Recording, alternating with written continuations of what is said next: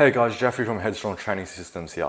So today we're going to be visiting our brace, or the exhale that I've been advocating for you guys to do in order to stack our ribcage. And we're going to be going over one of the key problems or common mistakes I see people make when performing that cue.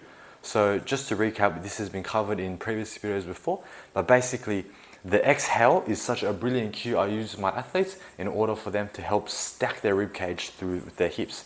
Essentially, it's like this. You bring one hand at the chest and one hand at the pelvis, and you want to bring your chest to your pelvis. Because when we do that, it will essentially round the upper back to a small degree, but the big thing is it will stack our ribcage over our pelvis, and that's what we want.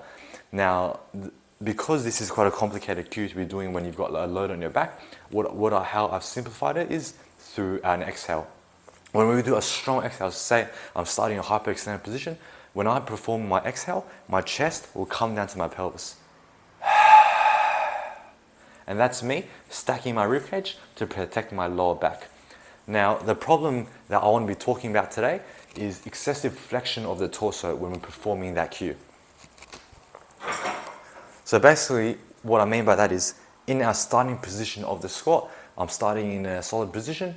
When I see athletes, when they perform the exhale, what happens is, instead of stacking the rib cage, they actually perform excessive torso flexion. So it looks like this. So instead of manipulating our rib cage and our chest to stack with their pelvis, they're actually manipulating their whole torso. When they perform the exhale,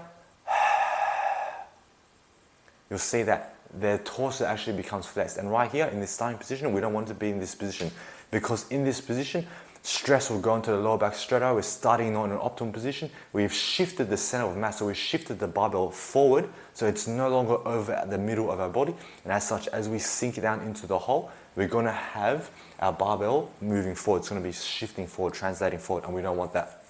So the key takeaway from today's video is, when you're in this starting position, you're in a very solid position because the barbell is directly over your center of mass. Now, when we stack the ribcage with the exhale cue, you don't want to be moving your whole torso. All you want to be doing is essentially bringing that chest down to your pelvis, like so.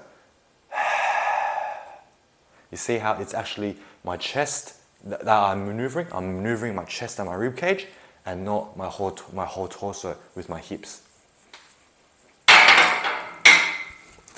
So that's all from me today, guys. Hope that was helpful for you, and I'll catch you guys next time. Take care.